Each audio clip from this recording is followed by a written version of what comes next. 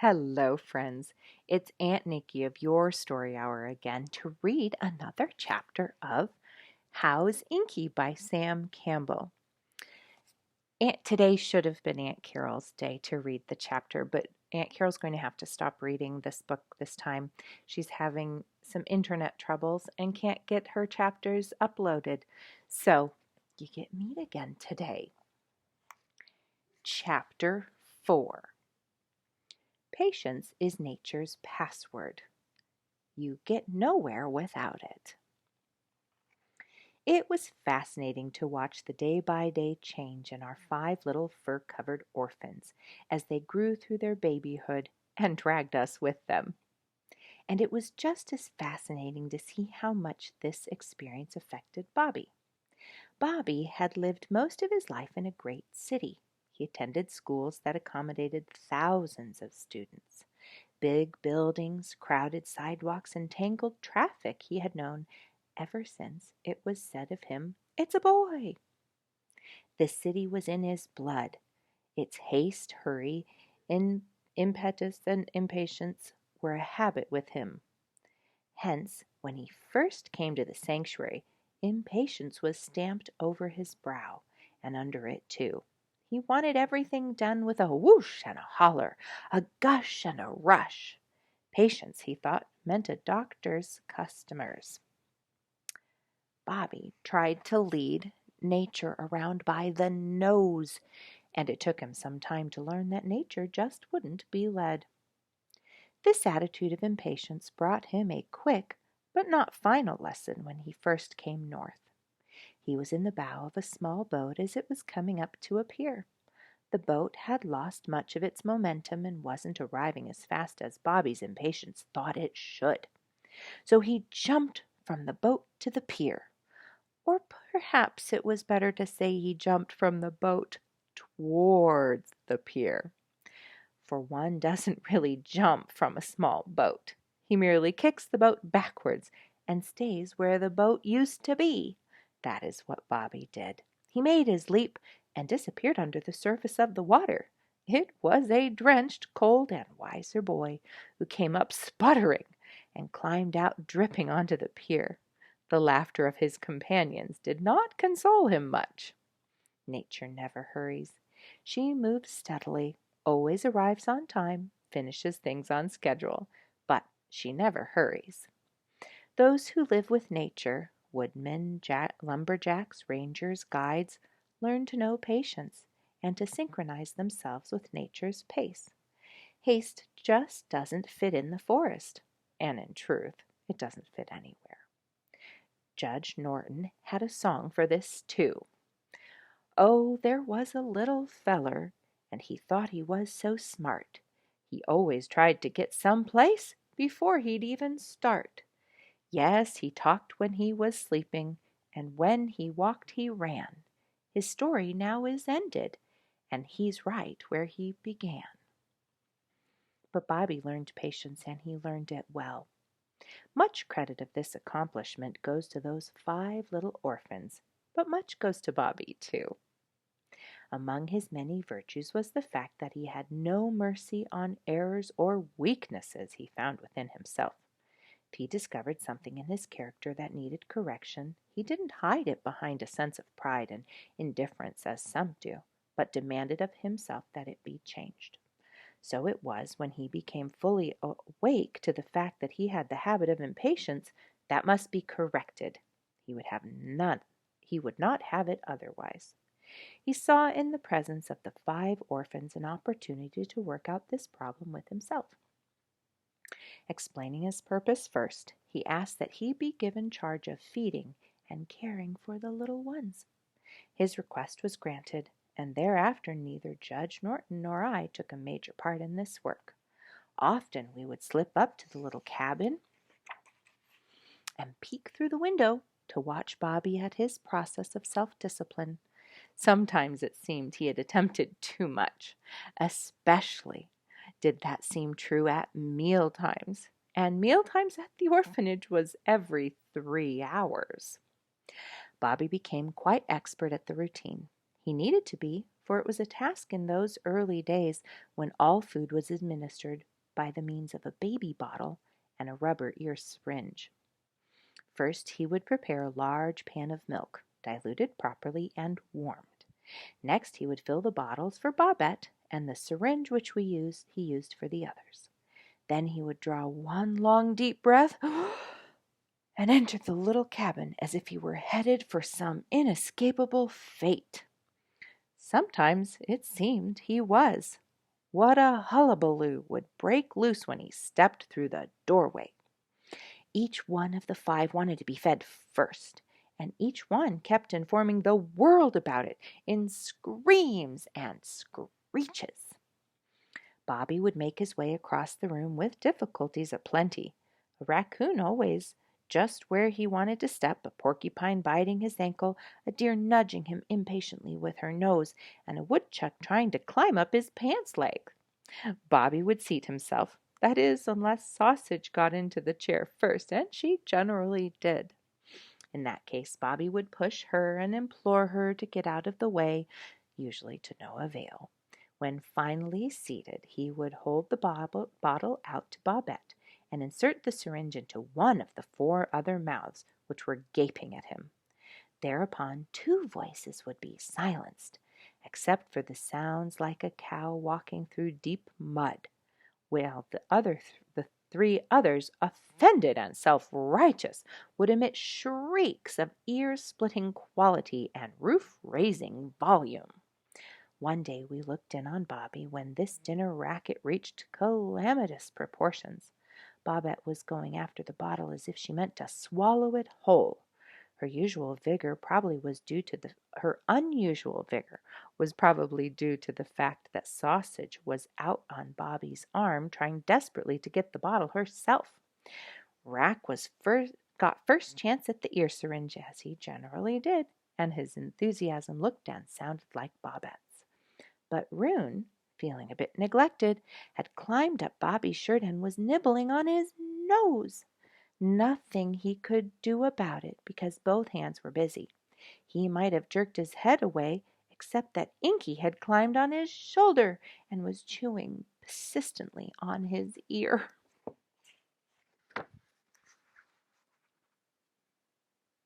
There you can see 4 of the 5 all over him. Poor Bobby! What a picture of fatherly martyrdom he presented. Inky, Sausage, Rune, let a fellow alone, will you? He pleaded. There was no response except that Inky did turn to the other ear and scratch the back of Bobby's neck while making the change. No doubt at that moment there was a wee small voice deep down in Bobby's suggesting he start a revolution, but he was learning patience and learning it fast. Just then Bobette let out a heart-breaking bleat and Rack a cry of disappointment. The milk in the bottle and syringe had given out. As Bobby started to refill them, he found the milk in the pan was cold. Thereupon, he had to put all the orphans down and place the milk on the stove. All noise made prior to that moment was deep silence compared to what now broke loose. From the screams one would think a lumberjack with the hobnailed boots was standing on each one of the 5 tails. The little fellows thought the meal was ended. They followed at Bobby's heels, crying with all their lung strength, pulling at his trousers, climbing up and falling down. He talked to them, called each one by name, pleaded with them, but he might as well have talked to a tornado. They wanted food right now and plenty of it. Explanations did nothing for their stomachs. During all this, Bobby had a great fear that he would step on one of the little orphans. He said once that he did not take one wholesome full-length step in weeks. Every time he put his foot forward, he would remain balanced for a few seconds until he was sure he had really reached the ground. That particular day, Bobby had so much trouble keeping the little fellows from under his feet, he let the milk stay on the stove over long, and it was too hot to use. That resulted in another delay which couldn't be explained to the ones so vitally concerned, and the outcries reached a new and more annoying crescendo. After what seemed to be an age to the orphans and an ordeal to Bobby, the milk was right, the utensils refilled, and feeding was going forward once more. Inky climbed up to resume his ear chewing. Rune got a chance at the ear syringe, much to Rack's discomfort, and Sausage, for some reason, had retreated into a box. Suddenly she discovered what was going on and came on the run to Bobby, tripped over Rack and pushed Rune away from her dinner. Rune, much grieved, started a battle, and in doing so stepped on the rim of the pan of milk, which had been placed conveniently at hand on the floor, and tipped it over. Then a fresh riot began. The whole dinner had been delayed until Bobby obtained more milk, diluted it, warmed it, filled the utensils, and returned, and the roof and walls vibrated with violently voiced objections. Not all dinners at the orphanage brought that much trouble, but each had its own peculiar problem, and throughout all Bobby never wavered. But a day came which tried Bobby's new-developed patience to the limit. During the midday hours of that particular day, he had taken the animals out into the sunshine. For a long time he dashed this way and that to retrieve one or another of them from some threatening circumstance. Then, somewhat exhausted, he returned them to their cabin, shut the door, all too carelessly, and went away for a little rest and relaxation. When he returned an hour later, he found the door had been blown open and the orphans had disappeared. This, of course, was a job for everyone, and Judge Norton and I joined Bobby in an anxious search. We called and called the names of our pets, while weaving our way through the underbrush and trees, looking in every nook and corner, but for a long time not one of the animals did we find. After an hour of frantic search, Bobby chanced to pass the door of the little cabin, and there stood Sausage looking out at him, as if asking what all the rumpus was about. She had returned of her own volition, and seemed somewhat surprised and a little bit offended that her ability to take care of herself had been questioned.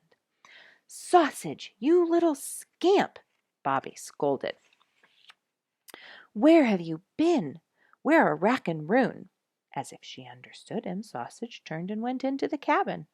Following her, Bobby found Rack and Rune in their nest, acting as if nothing had happened. But Inky and Bobette were still at large, very much at large. We searched and called and searched until we all were to the point of despair. At several places we found Bobette's tiny tracks, but among leaves and pine leaves it disappeared without giving us any real clue. We'd begun to feel that she had been taken to the woods and was already hopelessly in the land of predators, when Bobby suddenly grabbed my arm. "Do you see what I see?" he asked. Yes, I saw what he saw, and we called the judge so that he might see it too. There, within 30 feet of us, curled up in a little depression under some little balsam trees, lay Bobette. Her big eyes watched us interestingly, as if she were wondering how long we would be so stupid. We had passed that place a dozen times during our search. No doubt she was there all the while, but her protective coloring was so effective we had not noticed her. Bobby said one of her ears had moved, and his attention was drawn by this action. Otherwise, he would not have found her when he did. She was given a severe lecture, to which she paid not the slightest attention, and returned to the orphanage. Now only Inky remained to be found. There she is, curled up. Once more we circled through the woods, calling for our porcupine and looking up every tree. It was late and we were getting tired, but Bobby's newfound patience was bearing up well. There was no lack of enthusiasm and hope in his voice as he kept calling, "Inky! Inky!" And finally the answer came. From the top of a tree which we had passed numerous times, Inky's voice responded in friendly grunts. But he didn't come down, not immediately. Of a sudden he realized that he was master of the situation. All of his finite impishness came to the surface. No one could doubt that he was deliberately taunting us and having a wonderful time at our expense. The tree was too small for us to climb, so we had to coax him to come to us. He would answer our pleading in his most affectionate tones, but not make a move in our direction. Lying flat on a branch, he reached his front paws towards us, and then with a smart twist of his head and a flick of his tail, he climbed higher in the tree. "Inky, Inky, come on down," Bobby pleaded. "All is forgiven. Come on down." Inky grunted and climbed still higher. "Aw, Inky," Bobby added pathos to his voice. "You remember me, how I fed you milk and even put honey in it? Come on down." Inky went to the topmost branch and looked higher for more worlds to conquer. He seemed to like our pleading, however, and when we tired and were silent for a few moments, we suddenly discovered that he had descended to within about 12 feet of the ground. "Attaboy, Inky! Old boy, old pal," we cried in chorus. "We knew you would come to us, attaboy!" And Inky promptly climbed to the top again. There were other things to be done, so Judge Norton and I left persistent and patient Bobby at Inky's tree. We could hear Bobby alternately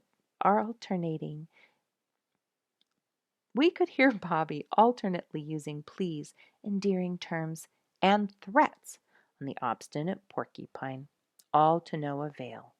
Inky never felt more important in all his life. The whole world was at his feet, and he was not going to surrender so long as there was any acknowledgement of his sovereignty.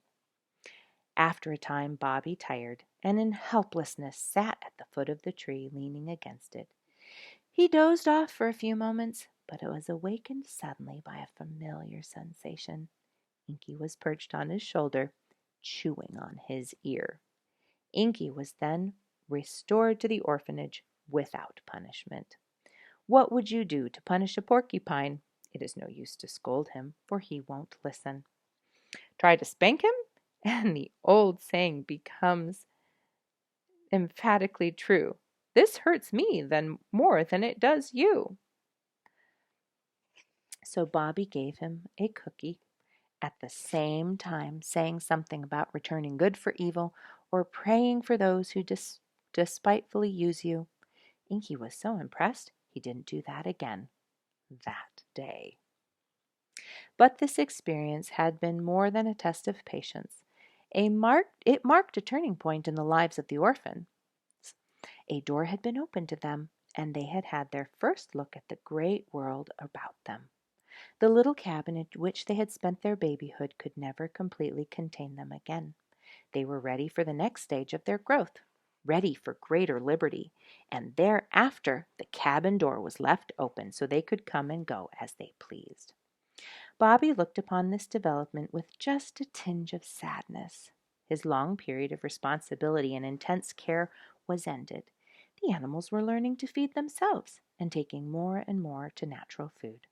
They did not need him to administer to them consistently as in the weeks now past. I guess I feel the way some parents do when their children go away," he said one day. "I just don't like to have these little fellows not need me any more." "But they do need you, Bobby," I assured him. "You are doing as much for them when you give them liberty as when you give them milk. You will get new joys out of watching them grow and learn. Parents always must learn this. The animals still have much to give you, and you have much to give them. It is important to measure how much they already have given us." "It's impossible to measure how much they have already given us," Bobby said quietly. That evening, as darkness was just coming on and scared silence ruled heaven and earth. I am struggling with words for a moment. That evening, as darkness was just coming on and sacred silence ruled heaven and earth, I found Bobby seated on a log, watching the faded hues of the western sky. "I have watched a sunset through," he said with obvious satisfaction. "For over an hour I have been here watching every change in the wonderful display of beauty. Do you know I have never done that before? I never had the patience until now. I would look at a sunset, take a glance at it, but I couldn't look long, for something inside me would make me want to go somewhere and do something else. So this is a part of life I have missed, the beauty of a sunset. Do you see what those little animals have done to me?" I did.